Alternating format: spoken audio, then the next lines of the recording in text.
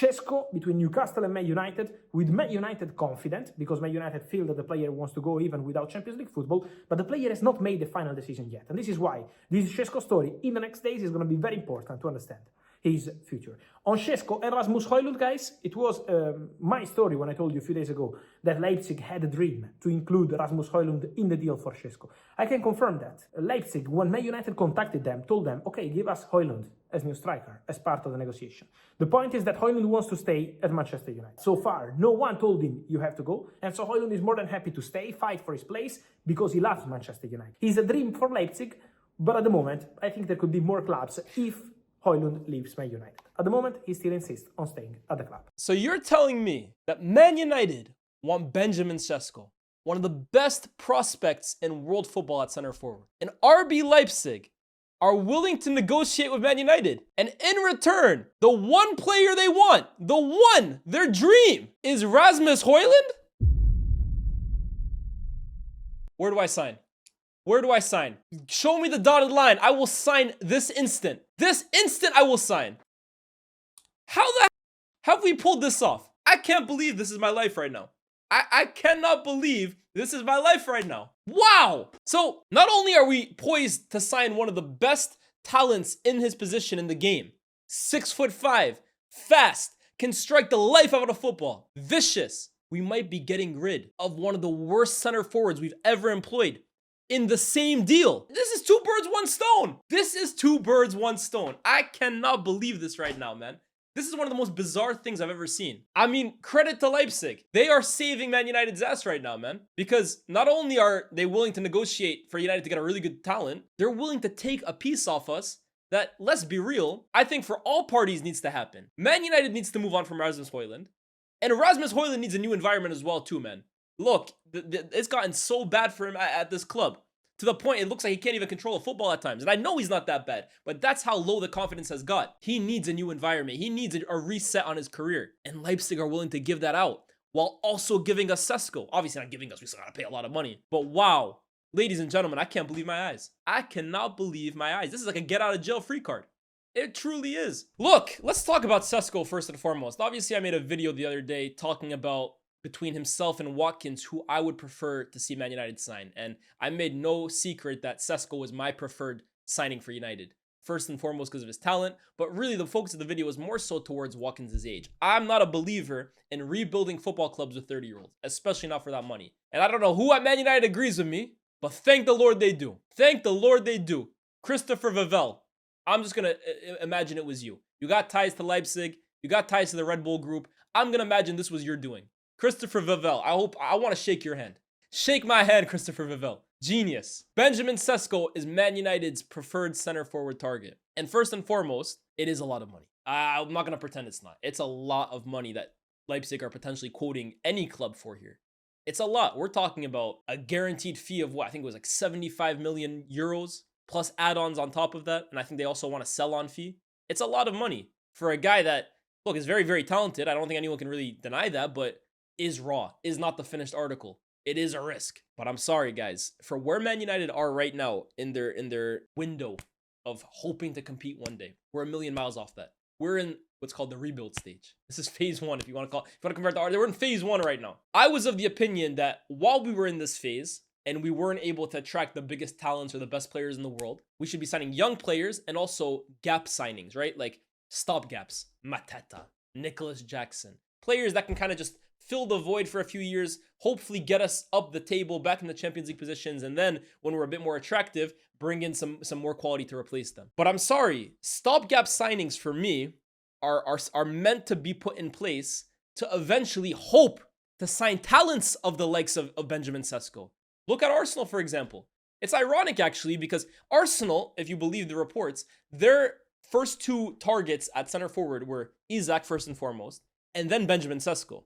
Gyökeres, if you believe reports, was actually their 3rd choice. Whereas Man United's first choice was Victor Gyökeres. And Sesko, if anything, is their 2nd choice. So it's funny how life works out, right?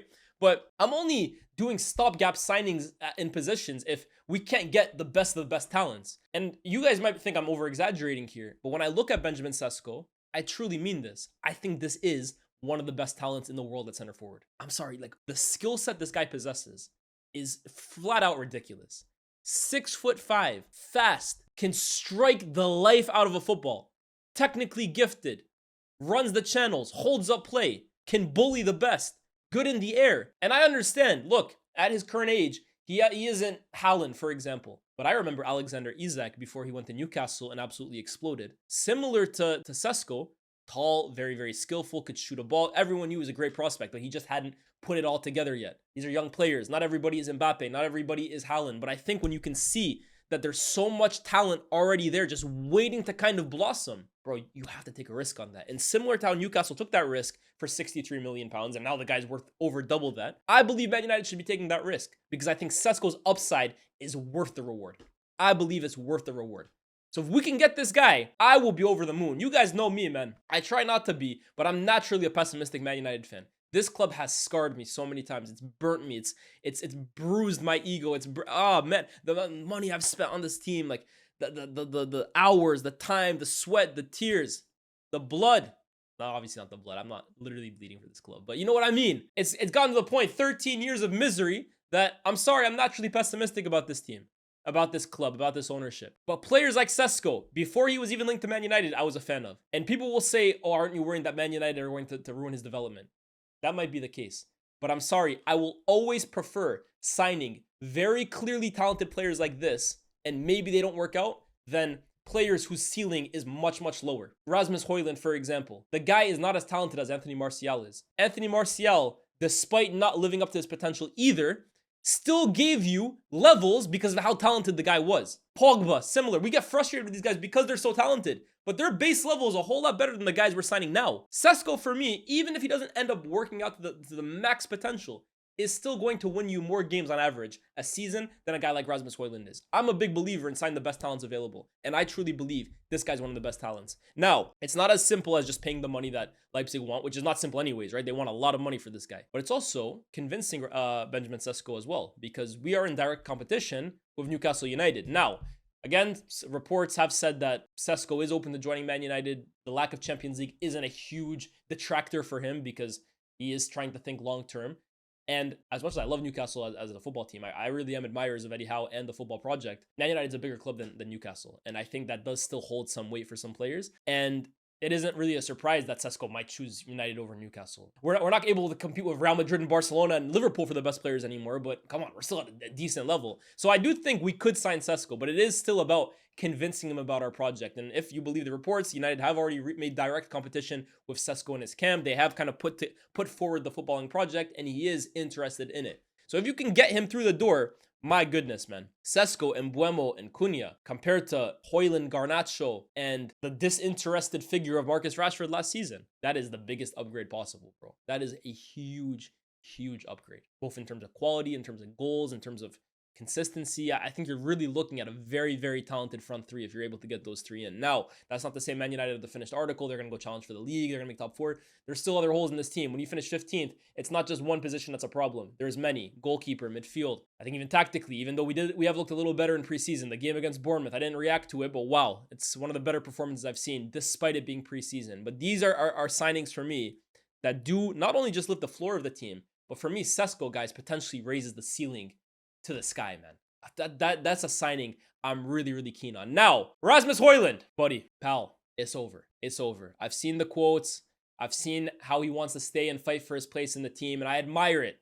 Honestly, that's a very commendable attitude to have. I respect and admire the fact that he wants to stay at Man United and fight for his place for another year. Got nothing against that. Love a trier. But bro, I'm sorry. You gotta go. You gotta go. If you can get us closer to signing Benjamin Sesko, you have to go. I mean, hell, for me, even if we can't get Sesko, I think we've got to move on from Hojlund. I think the 2 years that he's shown here, there's enough to suggest this guy is not Man United level or where we want to get to. And again, I respect the attitude, but guys, I want to play for Man United as well too. If I was employed by Man United, I want to fight for my spot as well too. This is elite level sport. Kill or be killed. Battle of the fittest. I'm sorry, guys. This is not an emotional, sentimental sport. If we can get better than Rasmus Hojlund, you go do it. If Rasmus Hojlund's not good enough for us, we get rid of him. That's the circle of life when it comes to competitive sport. So Rasmus Hojlund, man, I respect the attitude, but start learning German.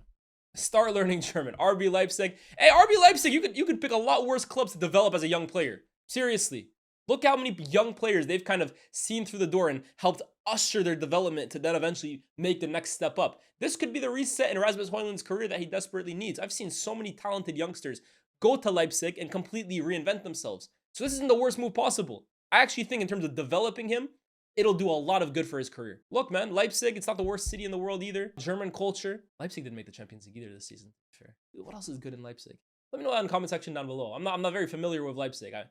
I'm more of a Munich guy. I'm more of a Hamburg guy. What's popping in Leipzig, man? Put something in the comment section down below. Maybe Rasmus Hojlund's watching this video. Give him some travel destinations. But yeah, seriously, if you were what's standing in between us and signing Benjamin Sesko, it's as simple as that. Wow. This news has fired me up, guys. Honestly, I've got some new energy right now, man. You guys know how I feel about both these players, and I cannot believe, I feel like I'm the luckiest man in the world right now. Man United are potentially signing one of my favorite prospects at striker in the game, while also letting go of one of the players who has frustrated me to no end over the last 2 seasons. I can't believe my luck right now, man. I can't believe this is my life. Wow, good things happen to good people. Thank you. Woo! Man United. There's a lot of work to be done. By all means, do not take this as me getting super gassed. Oh, we're going to win the league. Ineos, you've done a madness. Calma. Calma. We know what happened last season. I'm not forgetting what happened last summer. Ineos, you are not in my good books yet. But this right here. This right here. I'm very, very moved. Ladies and gentlemen, let me know what you guys think about this potential deal. Man United signing Benjamin Sesko and sending Rasmus Hojlund the other way. Is this a W for Man United? Are Leipzig maybe pulling off a move that none of us are seeing? Is Hojlund secretly even better than Sesko and he's just waiting to explode at Leipzig? Let me know down in the comments section below. Like, share, subscribe, and I'll see you guys very, very soon. Peace.